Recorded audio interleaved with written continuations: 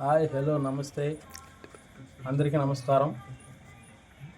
మన ముందున్నారు ఇప్పుడు మామగారు, the most senior and eligible player and captain, గురువు గారు, ఎన్నైనా చెప్పొచ్చు.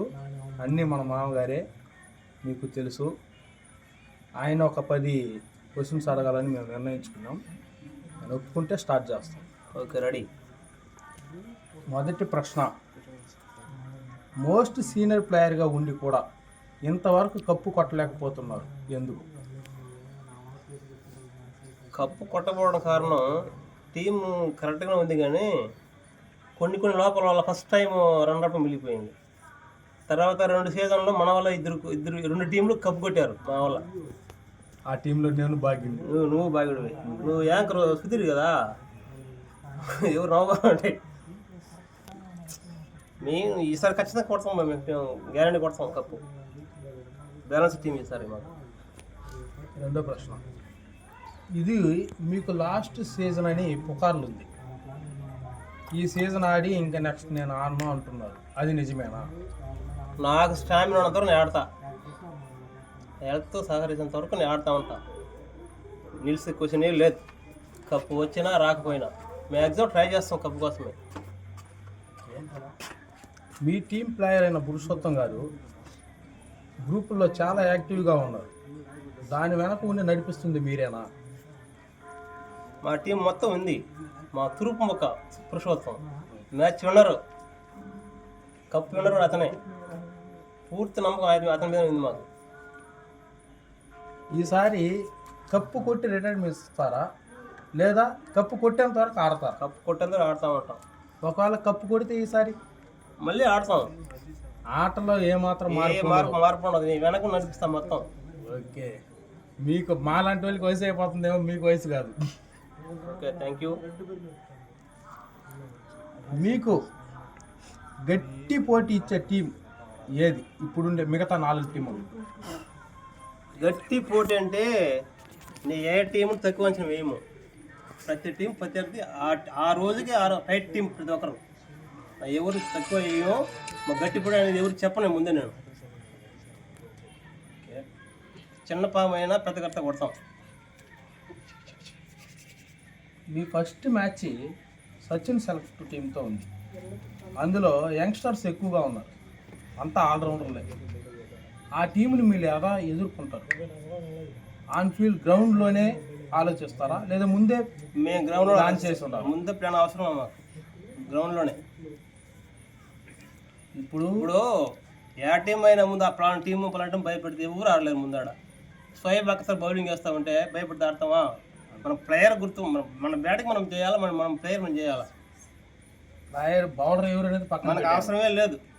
మన ప్లేయర్ మన దగ్గర ఉంటే ఎవరు భయపడాల్సిన అవసరం లేదు.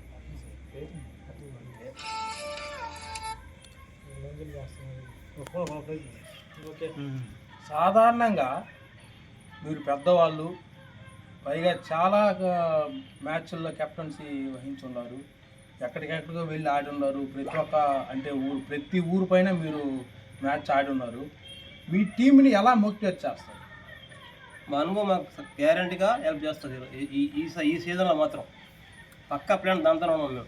అంటే ఎన్ని సీజన్లో మీ అనుభవం అది ఉండింది, కొద్దిపాటి తేడాతోనే పోయింది. అదే బాధగా ఉంది కూడా మాకు. లాస్ట్ టైము మీరే కెప్టెన్గా ఉండి ఒక టీంని 34 రన్లకి ఆల్అవుట్ చేశారు. అంబేద్కర్ లేవన్ టీం.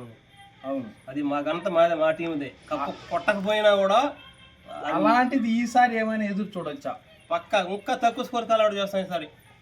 అలాంటి బౌలింగ్ ఉంది మా టీంలో. ఇప్పుడు ఇంపాక్ట్ ప్లేయర్గా కూడా ఒకరిని తీసుకొచ్చారు, అయినా మీరు ఆల్అవుట్ చేస్తారా? ఖచ్చితంగా చేస్తాం, నో డౌట్. జూనియర్స్ ఓటమి నుంచి వాళ్ళు ఏం నేర్చుకోవాలి, దానికి మీ సందేశం ఏంటి? ఓటమి నుంచి ఏం నేర్చుకోవాలంటే, ఏ టీం ఎలా ఆడుతున్నారు, ఎవరు బలహీనత బలం ముందు వాళ్ళు నేర్చుకోవాలా. ప్రజలు ఉండకూడదు మెయిన్. వాళ్ళకి చిన్నపిల్లలు కదా, నేర్చుకోవాలి ముందు వాళ్ళు, అంతే. ఇంకే వాళ్ళు వేరే ఆలోచన ఉండకూడదు వాళ్ళకి. ఓటమిని గెలుపుగానే భావించాలి వాళ్ళు, అప్పుడే వాళ్ళు నేర్చుకుంటారు. ఇప్పుడు మీ 30 సంవత్సరాల క్రికెట్ ప్రయాణంలో మీరు ఎదురు చూసిన స్ట్రగుల్స్ ఏమిటి? స్ట్రగుల్స్ అంటూ ఏం లేదు, కానీ ఈ ఆర్పిఎల్ సీజన్లో కప్పు కొట్టకపోవడమే బాధ.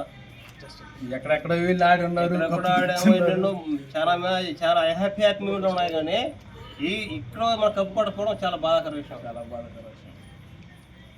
ఇదన్నీ హ్యాపీ. అంటే ఇప్పుడు మా వయసు ఉన్న వాళ్ళు కూడా ఫిట్నెస్ని కోల్పోయి లావుగా అయిపోయి పరిగెత్తలేకుండా ఫ్రంట్లోనే నిలబడుకొని ఫీల్డింగ్ చేస్తూ ఉంటాం. ఈ ఫిట్నెస్ని ఈ 47-46 ఇయర్స్లో కూడా మెయింటైన్ చేస్తున్నారు. అది ఎలా?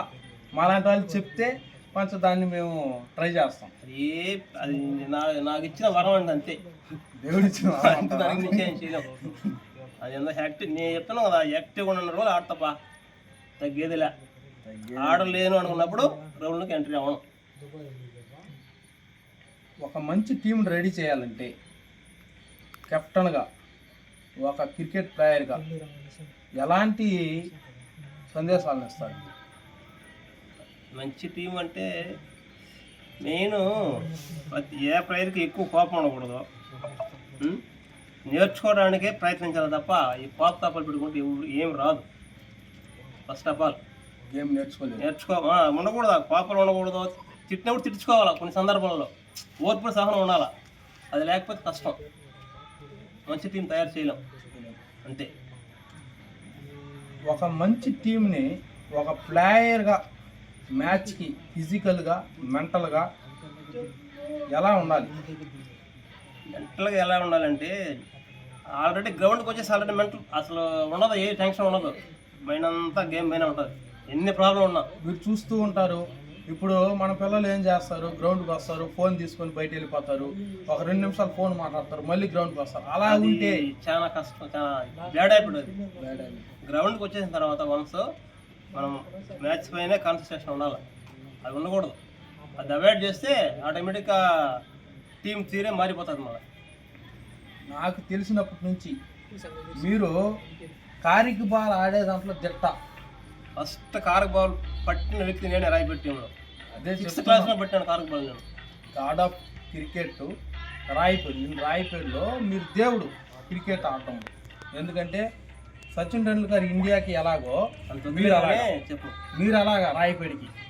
నాకు తెలిసి ఇప్పుడు ఆ టైంలోనే మీరు మ్యాచ్ గెలవడానికి మీరు బహుశా చెప్తూ ఉంటారు నాకు అప్పుడప్పుడు, ఏమని, రాయకుంటా మేము ఆడుతూ ఉంటే ఇండియా ఆస్ట్రేలియా ఆడినట్టు అనేసి.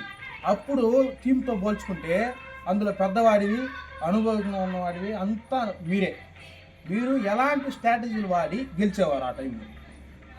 చెప్పాను కదా, అప్పుడు చిన్న పెద్ద అయినా కూడా ఖచ్చితంగా చెప్పిన మాట వినేవారు. ఇది చేయాలని చేయాలంతే. ఇప్పుడు అది కోల్పోయింది. ఈ జనరేషన్ అది కోల్పోయింది. ఫస్ట్ అది ఉండాలి, ఖచ్చితంగా ఉండాలి. మన ప్లేయర్స్ దగ్గర, అంటే మన రాయపేడు క్రికెట్ ప్లేయర్స్ దగ్గర ఎలాంటి క్రికెట్ ఇంప్రూవ్మెంట్ రావాలని కోరుకుంటున్నారు? ఎలాంటి అంటే గొడవ ఉండకూడదు. ఫస్ట్ ఆఫ్ ఆల్ చిన్న పెద్దలను గౌరవించాలా. ఒక న్యాయం అంటే ఒక పద్ధతిగా పోవాలా. ప్రతిదానికి ఇది చేయకూడదు, కామెంట్ చేయకూడదు, అలా పోవాలా. మంచి చెడు చూసుకుంటూ వెళ్ళాలంట. అవును, కొన్ని పట్టించుకోకూడదు అన్నిటి. మాకు తెలిసి మా కోచ్ ఎవరంటే మీరే అంటాం. మాకు తెలిసి మా చిన్ననాటి కోచ్ మీరే. ఇలా ఆడాలరా, ఈ బాల్ పట్టుకునే విధానం రా, ఇదిరా అని మీరే మాకు నేర్పించారు. మీ చిన్ననాటి కోచ్ ఎవరు? క్రికెట్లో అయితే కోచ్ వాలీబాల్ అయితే ఉన్నారు, కానీ అతను కాలవిరమణ చేశారు. క్రికెట్లో అయితే ఎవరులా ఒక పెద్దవాళ్ళని చూసి నేర్చుకున్నదే. టీవీలో చూడడం, కేపురం టోర్నమెంట్లో చూడడం, వాళ్ళని చూసి నేర్చుకున్నది. అదే కోచ్ అనేది ఎవరు లేదు. ఒక క్రికెట్ ప్లేయర్కి ఉండాల్సిన క్వాలిటీస్ ఏంటి? కఠోర శ్రమ కావాలి. కఠోర శ్రమ ఉంటే ఖచ్చితంగా ఆటోమేటిక్గా మంచి ప్లేయర్ ఎదగొచ్చు. ప్రస్తుతం ఉన్న మన విలేజ్ ప్లేయర్స్లలో మీ అభిప్రాయం ఏమిటి? వారికి మీరు ఇచ్చే సలహాలు, సూచనలు ఏమిటి?